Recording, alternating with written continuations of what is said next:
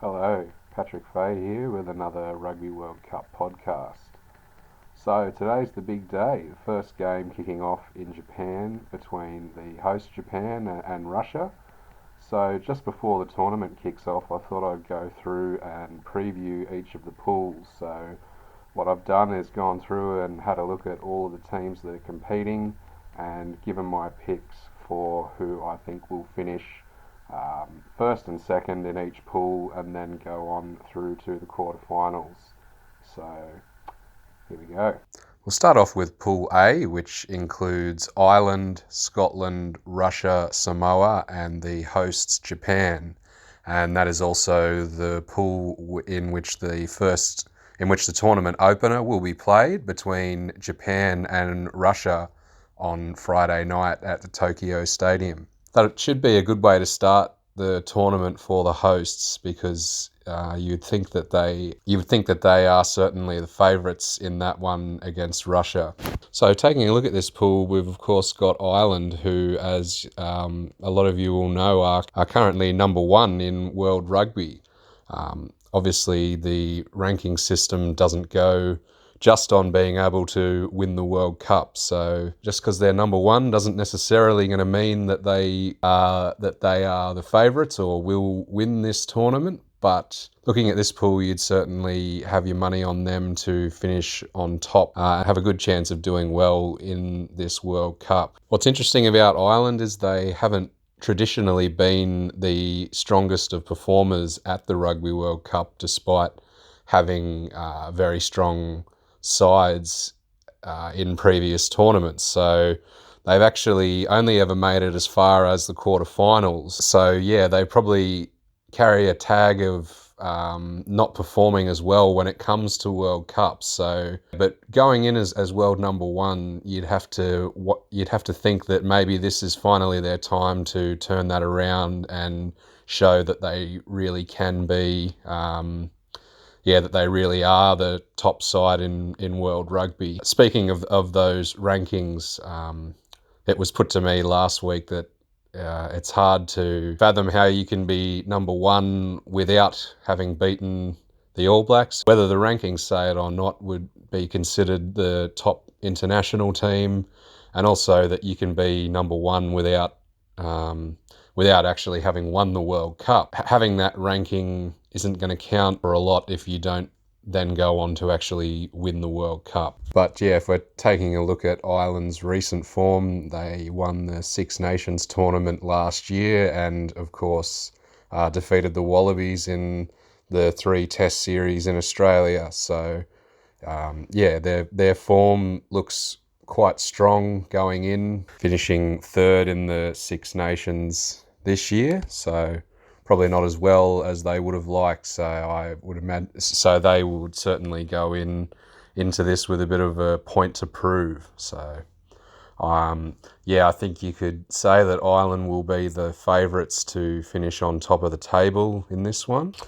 Their first game comes up on Sunday, the 22nd of September against Scotland. So one of their regular opponents in the Six Nations, certainly used to playing each other a lot, and Ireland winning their clash in the Six Nations earlier this year. This is a big match to start this off. You've got the two highest ranked teams in this pool playing each other first off, and you'd think that the team that can win this one has a good chance of going on to finish on top of Pool A. A lot of people would have Ireland and Scotland as the two teams most likely to go through to the quarterfinals from this one, but yeah, as we know, you can always get some surprises at the World Cups, and yeah, this is certainly not going to be an easy pool. While Ireland and Scotland would be your two favourites, it's certainly going to be difficult for them, and you look to a side like Samoa that have done pretty well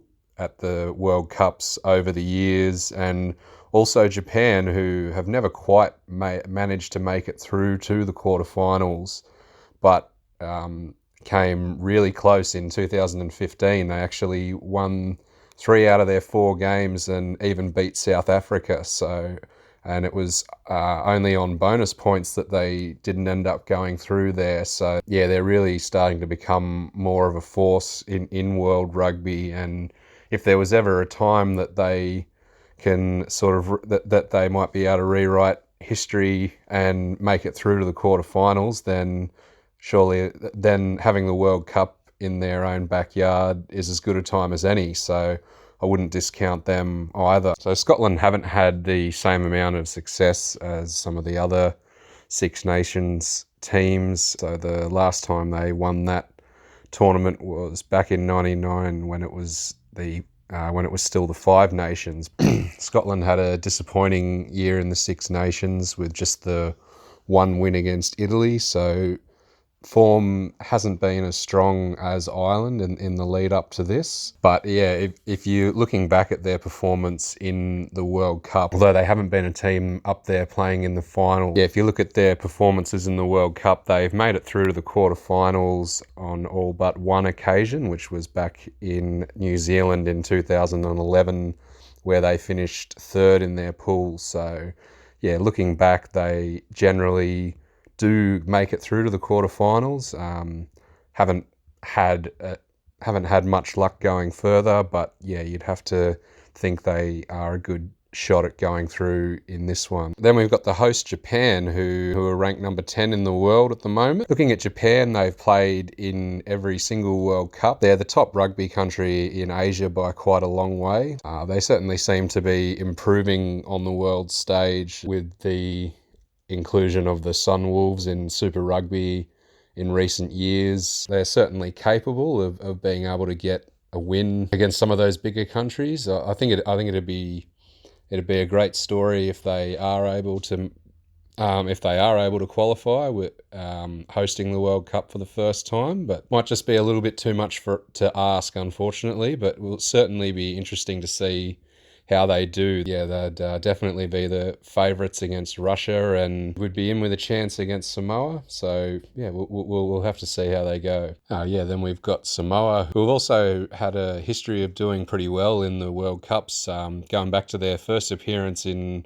1991, where they had their famous win against Wales and made it through to the quarterfinals, and they were also in the quarterfinals in 1995. So looking back at their history, they're certainly capable of being able to make it through that group stage. So yeah, they're definitely in with a chance there. And then finally, we've got Russia, who are making their second appearance in the World Cup. So they have been in there once before, back in 2011.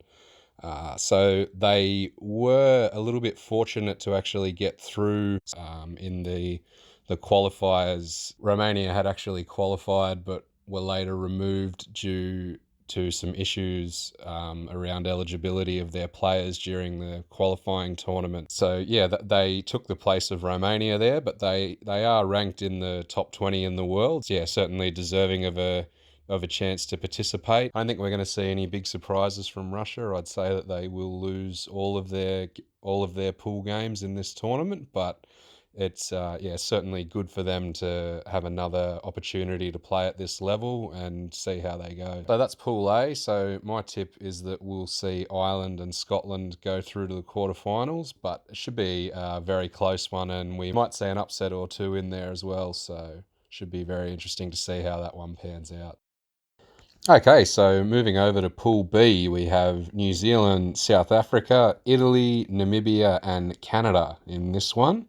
First game in this one's on Saturday, the 21st of September, between New Zealand and South Africa in Yokohama. So All Blacks and the Springboks, definitely the top two teams in this one. Some of the pools, it's a little bit harder to predict who your top teams will be. It's hard to see this one panning out any other way than New Zealand and South Africa being the two that go through. So yeah, the All Blacks, even though they don't have the world number one ranking at the moment, they've won the last two World Cups and have certainly continued to be a dominant force in rugby, and South Africa being another one of the most successful countries in the World Cups. were not there for the first two tournaments, but have since gone on to win it twice and are always thereabout. I'd be tipping that New Zealand would go through winning all their games, with the main test coming against South Africa, who would certainly consider themselves a chance of knocking off the All Blacks there, but if they're not able to do that, I still think that even if they're not able to beat New Zealand, I still think they'd be winning all their other games in this one.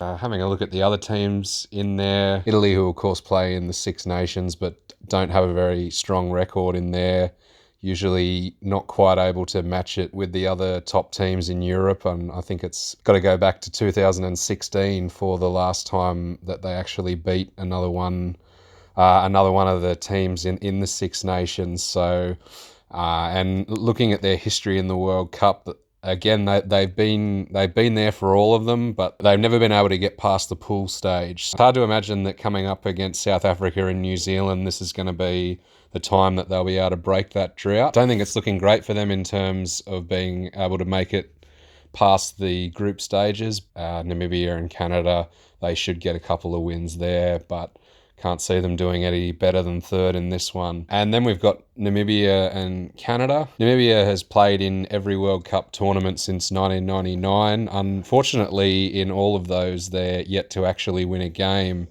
and have been on the back of some one-sided score lines in that time. Holding the unfortunate record of the biggest loss in World Cup history to the Wallabies back in 2003. They have certainly improved since then, and in 2015 they went the closest yet to actually winning their first World Cup match. Only went down by 1 point to Georgia. So I would say that Namibia versus Canada is the final match in this pool, and it's going to be the best chance for those two sides to get a win in this tournament. And I might back Namibia to finally get their first win at the World Cup. But yeah, either way, that last one is probably going to be the best chance for those two countries for a win. Although if we take a look at Canada,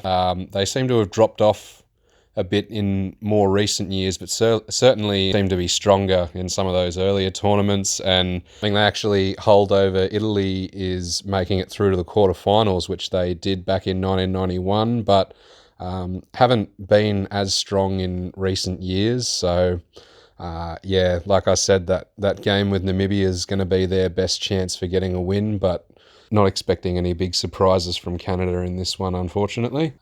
Canada, they haven't been as strong in recent years and had a bit of a long road to actually qualify for this one. They did end up making it, I think, as the final team to go through in the repechage. So I'd say the achievement for them is to have made it into the tournament, but I don't think we're going to see them going much further. But yeah, certainly against Namibia and maybe even Italy could have quite a competitive game there. So yeah, I think it's going to be, I think this is probably the easiest pool to pick. It's going to be New Zealand and South Africa going through in this one.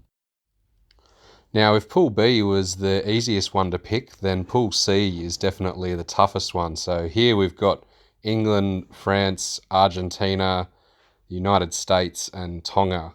A lot of the time, it's pretty clear you're going to have two teams that are the most likely to go through. Whereas in this one, we've got three countries that you would normally expect to see making it through to the quarterfinals, but of course that can't happen. So one of those three out of England, France and Argentina is going to have to miss out. So, and the first game in that is France versus Argentina. I know it's only the first game of the tournament, but I've just got a feeling that whoever manages to win that one is probably going to be the one that ends up going through. Part of me would like to say that England aren't going to make it. I think you can say that they will be one of the teams that goes through. So probably more likely a toss-up between France and Argentina as the second team there. So it's pretty significant. Argentina's actually done really well. Looking at the last three World Cups, they've made it through to the quarterfinals, and we're in the third place playoff in 2015, and they actually finished in third back in 2007. Going to be pretty harsh for one of those teams to have to miss out. Then you're looking at France, who've played in every World Cup and have made it through to the playoffs every time, and have actually reached 3 finals without ever managing to win it. So although they haven't actually won a World Cup, they've been one of the stronger performing teams over the years. So I think that if they can go out and win that first game against Argentina, then that could really set the tone for what happens in this pool. Never really know with this one. I think it's a tough one to call for sure. And I wouldn't be ruling out Tonga in that one either. I know didn't have a great result in their most recent game against the All Blacks, but although they haven't quite managed to get through to the quarterfinals in the World Cup, they've certainly had some good performances in there, so they'll be another one to keep an eye on. And then you've got the United States rounding out that one. I can't see the Americans having much success in this pool, unfortunately. Most likely scenario that they will come away without winning any of their games, but yeah, maybe against Tonga would be their best chance. Probably not much hope for the US progressing in this one. So it's a very tough one to call, but I'm thinking that England are probably going to be the team to beat in this one, with France coming in second. But this is one pool where there's certainly quite a lot of scenarios that are possible. So we'll just have to wait and see how this one pans out. Then we've got Pool D, which is, of course, the pool that the Wallabies are in. Alongside them in Pool D are Wales, Georgia, Fiji, and Uruguay. This is actually very similar to the pool that the Wallabies played in at the 2015 World Cup. I think the only difference there is Georgia. So they played against Wales, Fiji, and Uruguay in the group stage of that one as well. And the Wallabies' first game in this one comes up on Saturday against Fiji in Sapporo. That's going to be a huge one for the Wallabies. Again, like most pools, there are two teams that you would think are the most likely to go through, but yeah, I wouldn't be ruling out Fiji. Certainly a very strong side. Would fancy their chances of causing an upset. Yes, that's going to be a really big one for the Wallabies. I need to go out and get a win to start on the right note. But yeah, if Fiji could cause an upset in that first game against the Wallabies, just never know. Anything could be possible for them from there. Going back to the 2007 World Cup, they actually beat Wales in the pool stage and went through to the quarterfinals ahead of them. So history shows that Fiji are capable of causing some of those upsets and are good enough to be a team playing in the quarterfinals. So yeah, this is another one that I think is not going to be as open and shut as maybe some of the other pools. The biggest challenge there on paper for the Wallabies is, of course, Wales, who are the current Six Nations champions and have done very well in that tournament over the years.